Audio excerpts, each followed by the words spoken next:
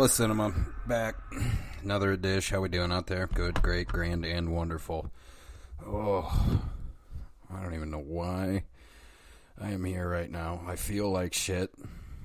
And if you're a Sheridan fan, this movie was shit. It wasn't shit. Maybe it was just a combination of both. I got my, Taylor Sheridan, by the way. We'll talk about him in a minute. But I got my second shot. I think there's a couple people that listen to this show. Maybe anti-vaxxers. That's unfortunate. But, whatever. Live your life, man. Anyway, the Moderna. Ooh. I mean, so day one, I had like cold sweats, like just, I don't know, it was off-putting. And then day two, I definitely felt like I had a fever and like I was achy and shit. And then day three, I didn't have the fever, but was still achy. And today, like, just weak and fucking, I'm in a fucking daze, dude. Like, I wake up every 35 minutes and I look like fucking Chris Farley in Black Sheep after he falls down the hill and he snaps himself up real quick. I kind of look like that. About 2% of the audience is going to get that reference, and that's fine. But anyway, I think two reasons I'm doing this show. One, I love Taylor Sheridan, so I was excited to hear of his next picture. Writer, director, he did Sicario, he wrote Hell or High Water, he wrote Wind River, and these are all toxic white male stuff that I enjoy. Good movies, not as toxic as, say, a fucking, I don't know, pick any action film from the 80s, 70s, 80s, 90s, early 2000s, take your pick. Anyway, I was, Taylor Sheridan, alright, I'm gonna watch his stuff. I like his stuff a lot. I think he writes a really good crime yarn. Like Sicario, I think, is one of the best action thrillers, or at least well-written action thriller.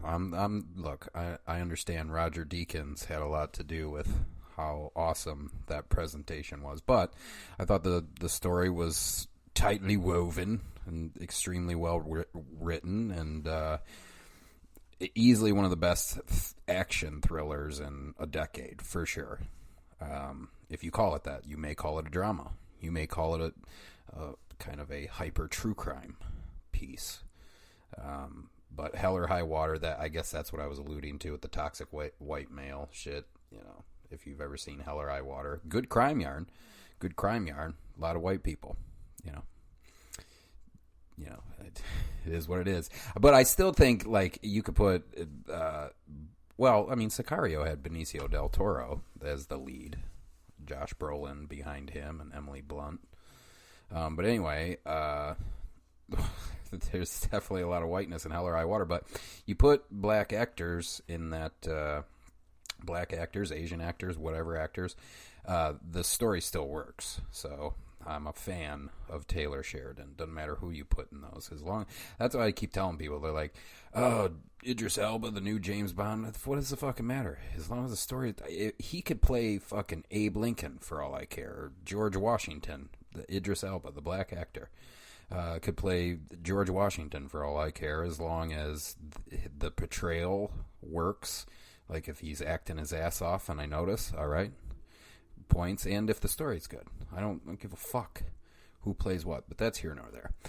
And then the other reason, I think I just needed to talk to someone because I feel like I had this giant showing.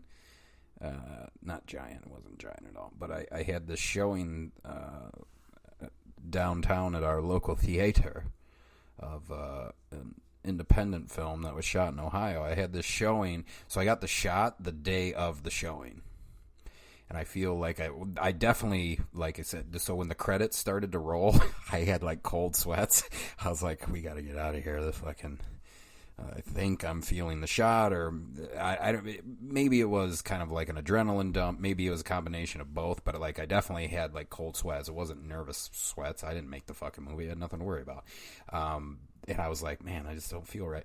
So I bombed out of there after everybody left. And next day, I wake up. I'm like, oh my god, oh my god, this is horrible.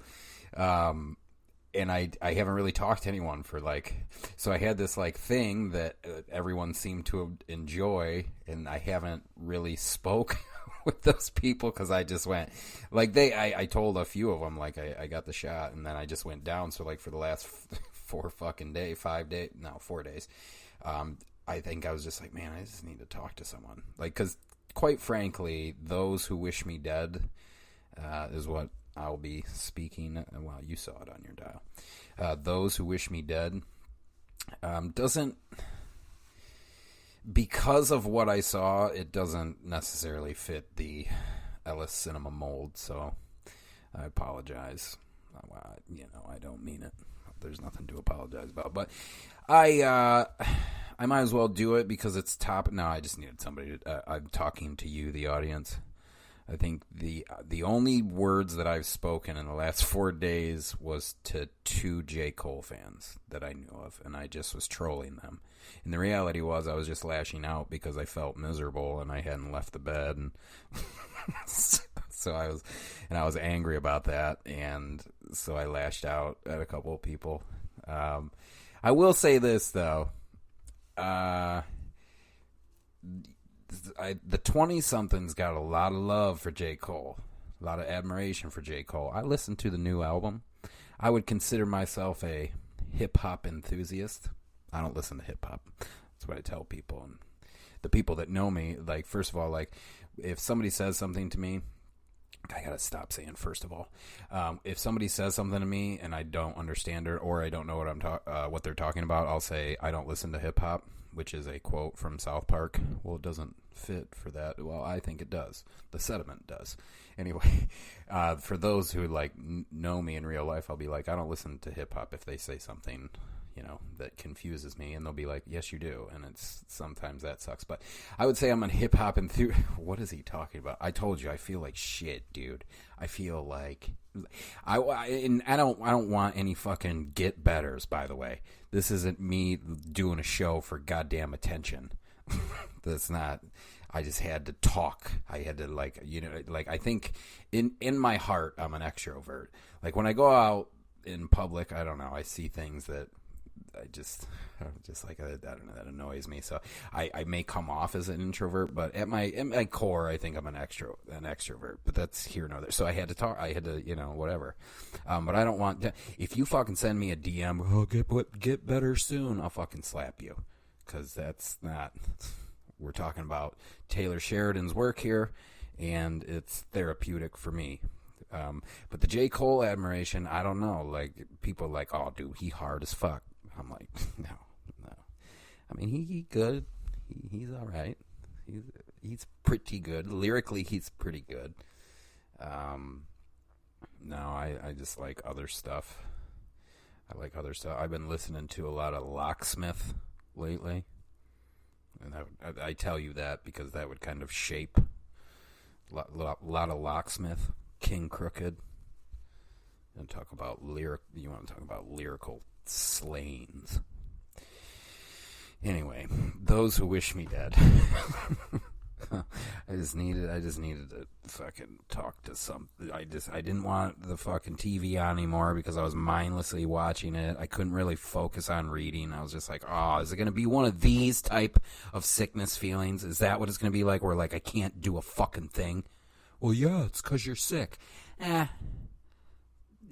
think sometimes as men it can go the other way, and I'm definitely the latter.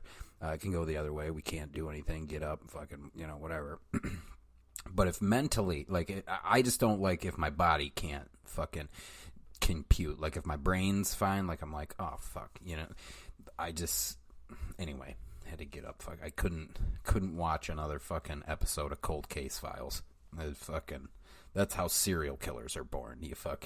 You're holed up in a fucking room for 4 days, and you're just like, oh, this fucking. At least I planned for it for work, though. At least I planned for it. But those who wish me dead, boy, yesterday I fucking felt dead. I didn't feel dead. I wouldn't know what that feels like. Also written by, so this was a novel, and I think this, he's just rambling, okay? But I think I made some good points in there. I will say I'm talking about it because of Taylor Sheridan. Yeah, we heard you. Okay. But I'm going to kind of bang on it, and it has nothing to do, I think, there's parts of the film. No film is perfect. Understand that. No film is perfect. Closest thing I've seen to it, for my liking, which is of course wrong, would be No Country. And that, I mean filmmaking as a whole. I think a lot of you are like, but, you know, the story is what means the most to you. Like, I'm talking where the camera is doing just as good as work as the cast, and the cast is doing just as good as work as the sound department, and so on and so forth. So I don't think that, I mean, there's parts of Those Who Wish Me Dead, several parts that you're just like, oh, bummer. You know, like when it says 67% on Rotten Tomatoes, I would say that's fairly accurate. Not that I live and die by Rotten Tomatoes, but I do think it's certainly a good jumping off point. Like, if come on. Like, the stuff that's 4%, 1 out of every 3,000 that are at 4% are good. and that's only because, like, you hold it dear to your heart. Like, for me, I think Jaws: The Revenge, the 4th installment of Jaws, like, I like it because I like Jaws so much. But it, you know, it's 4%. Like, but even if I'm being realistic, well, I would say 7%. Like, it's not, you know. Anyway, so the 67% I'd say fairly accurate. I would be lower, but that's just. I think this is where one of those. I don't watch trailers. I didn't know anything about it other than Taylor Sheridan, a writer that I liked, and also turned director. I think he did that. Wind River was the breakout one, but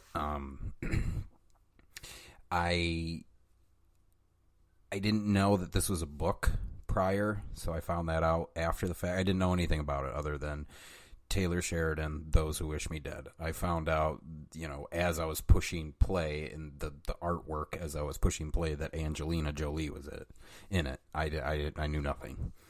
So as I'm watching it, I guess because I had seen such a ruthless Taylor Sheridan prior, and in tightly woven, as aforementioned, stories that he's told in terms of what I like, which not necessarily what you like, but I think a lot of you listening to this show, you'll say, yeah, Sicario is pretty sweet.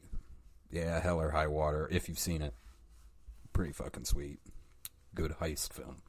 Good heist find the bad guy film. Same as this one. Only 2 intersecting storylines, really.